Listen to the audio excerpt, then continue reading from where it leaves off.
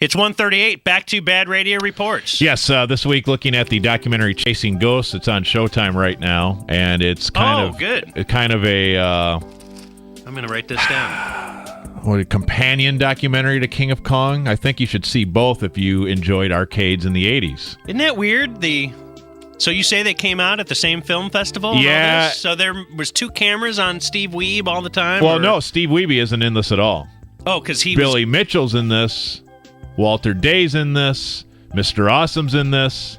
These are existing video Billy game Mitchell's cameras. So Mr. Awesome was on the Time cover, or what did you say it was? Life? No, I don't. No. I want to be clear here. I don't believe Mr. Awesome was on the Life cover. What? Okay. He's just in the story.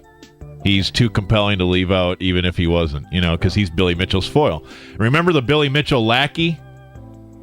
Yes. What was his name? The guy who really was... I think Steve Sanders. In fact, I think he was a record holder too, but Billy Mitchell beat his record. Yes, of Donkey Kong. Caterpillar. No, Donkey Kong. Okay. In fact, I believe Steve Sanders later admitted that some of his scores were falsified, which is very disappointing. I think when he found Jesus, he wanted to confess that his Donkey Kong scores were. Because Jesus told him, hiding? Where was he hiding? Here's your first step. It was the pressure. All right, now there you are, Jesus. Your first step to heaven. Part of is, this. Why don't you admit about that Donkey Kong stuff? Well, if you're in the Guinness Book, you don't want a false record burdening you on your way to preach your sermon that Sunday. The guilt. Okay.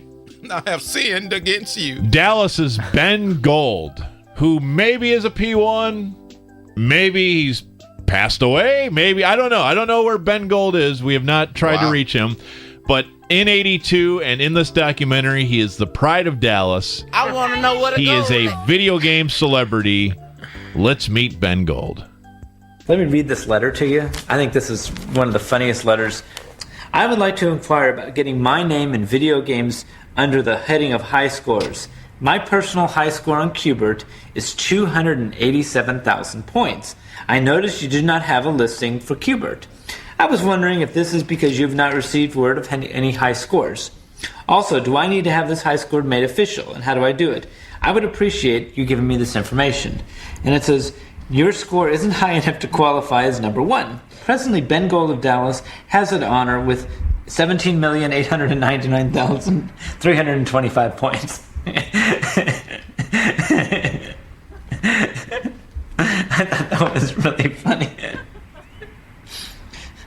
Okay. Then he collects himself. Well, yeah, we need that. I figured you'd want that.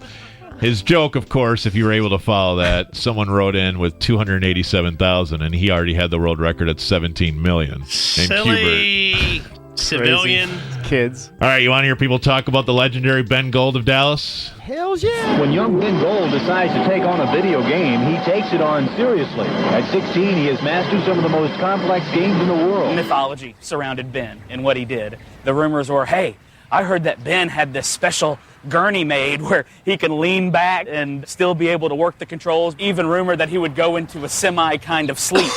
Other guys would be talking smack or something. He would just get up and say, no, you're wrong, and then show them. What am I going to do? Walk around, hey, I am the cool and groovy, video game master.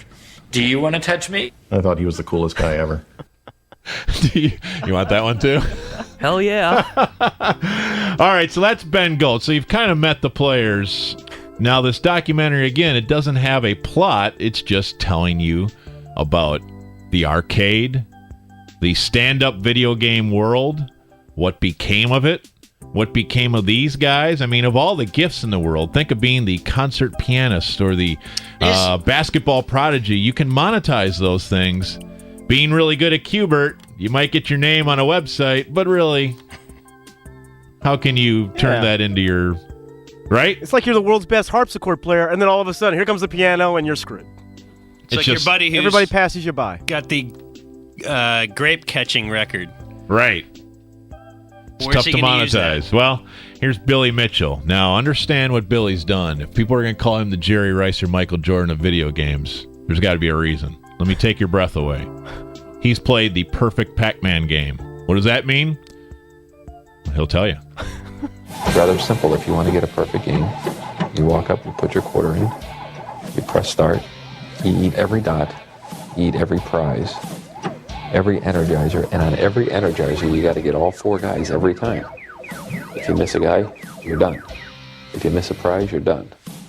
You miss anything, you're done. You die one time, you're done. Just to give you an idea, watch how fast they turn back.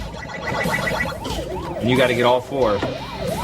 256 boards over many, many hours, never dying once, never missing a point. I had all kinds of people, oh, you can't do it. Oh, no one's ever done that. There's no way you can do that. Bet you can't. I'd say don't bet your life. Now, how about that, honey? You know what? I'm very impressed. Dude, if you've ever seriously, played Pac-Man, if you've ever, as she showed how when they turn to ghosts and they come back, when you get, it's like a second.